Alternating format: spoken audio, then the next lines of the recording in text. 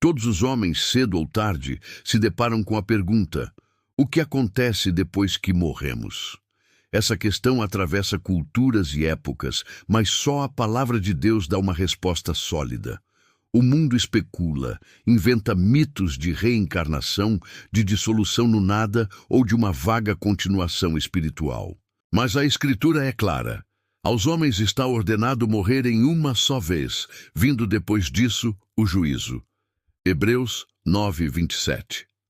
A morte não é o fim, é a porta que conduz imediatamente à presença de Deus para juízo. O homem moderno prefere negar a realidade da alma.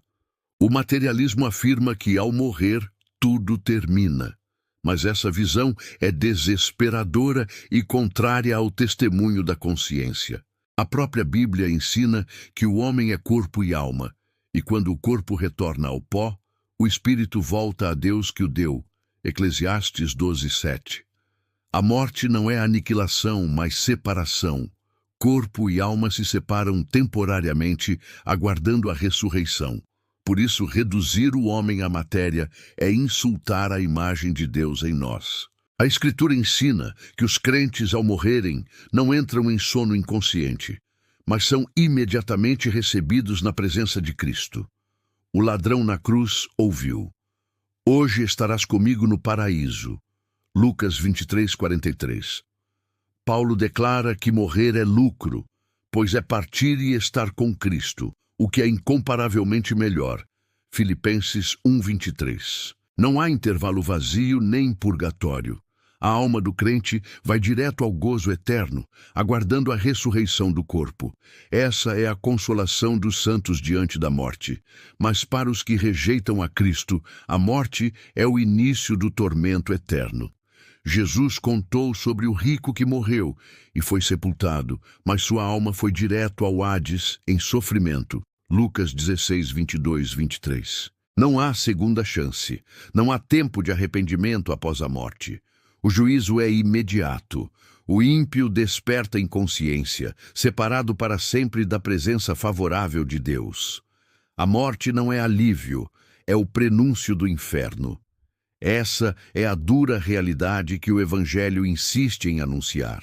A tradição romana inventou a ideia de um purgatório, onde as almas seriam purificadas por um tempo antes de entrar no céu.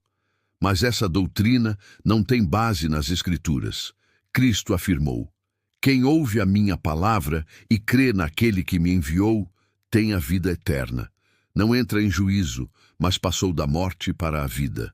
João 5:24. Não há lugar intermediário, não há purificação posterior. O sangue de Cristo é suficiente para justificar e santificar plenamente. O purgatório é uma negação da cruz. Apesar do destino imediato das almas, a história não termina ali. A Bíblia ensina que haverá ressurreição geral no último dia. Tanto justos como ímpios ressuscitarão. Uns para a vida eterna, outros para a vergonha e o desprezo eterno. Daniel 12:2. O corpo que foi semeado corruptível será ressuscitado incorruptível para os salvos. 1 Coríntios 15:42. Já os ímpios também ressuscitarão, mas para a condenação. A morte, portanto, é um estado intermediário, aguardando o grande juízo final. Para o cristão, a morte não é derrota, é triunfo. Onde está, ó morte, a tua vitória? Onde está, ó morte, o teu aguilhão? 1 Coríntios 15:55. Ao morrer, o crente descansa de suas obras e entra no gozo do Senhor. O corpo repousa na terra, mas a alma desfruta de Cristo. E no dia final, terá um corpo glorificado, livre do pecado, incapaz de sofrer. Por isso, a morte para o cristão é apenas uma passagem, dolorosa, mas cheia de esperança. Por outro lado, para o incrédulo, a morte é o início do horror eterno. Muitos se enganam, achando que simplesmente deixarão de existir, mas descobrem que a alma é imortal. Ao fechar os olhos aqui, os abrem no tormento. Essa é a razão pela qual o Evangelho é tão urgente. Ninguém sabe o dia da sua morte, e sem Cristo não há esperança. O inferno não é metáfora, é destino real. consciente, eterno. E cada alma sem Cristo já está a caminho dele. A morte nos conduz ao estado intermediário, mas o ápice será no juízo final. Nesse dia, todos comparecerão diante do tribunal de Cristo, 2 Coríntios 5:10. Ali, as obras serão expostas, os ímpios condenados, os justos justificados em Cristo.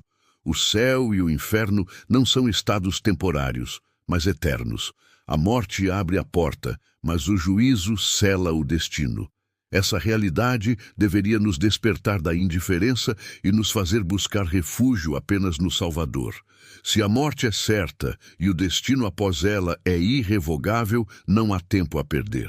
Hoje é o dia aceitável. Hoje é o tempo da salvação. 2 Coríntios 6:2. Depois da morte, não há retorno, não há apelação, não há purgatório. O que acontece após a morte é claro. Presença com Cristo para os salvos, tormento eterno para os ímpios.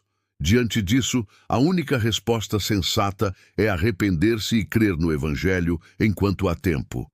Amanhã pode ser tarde demais.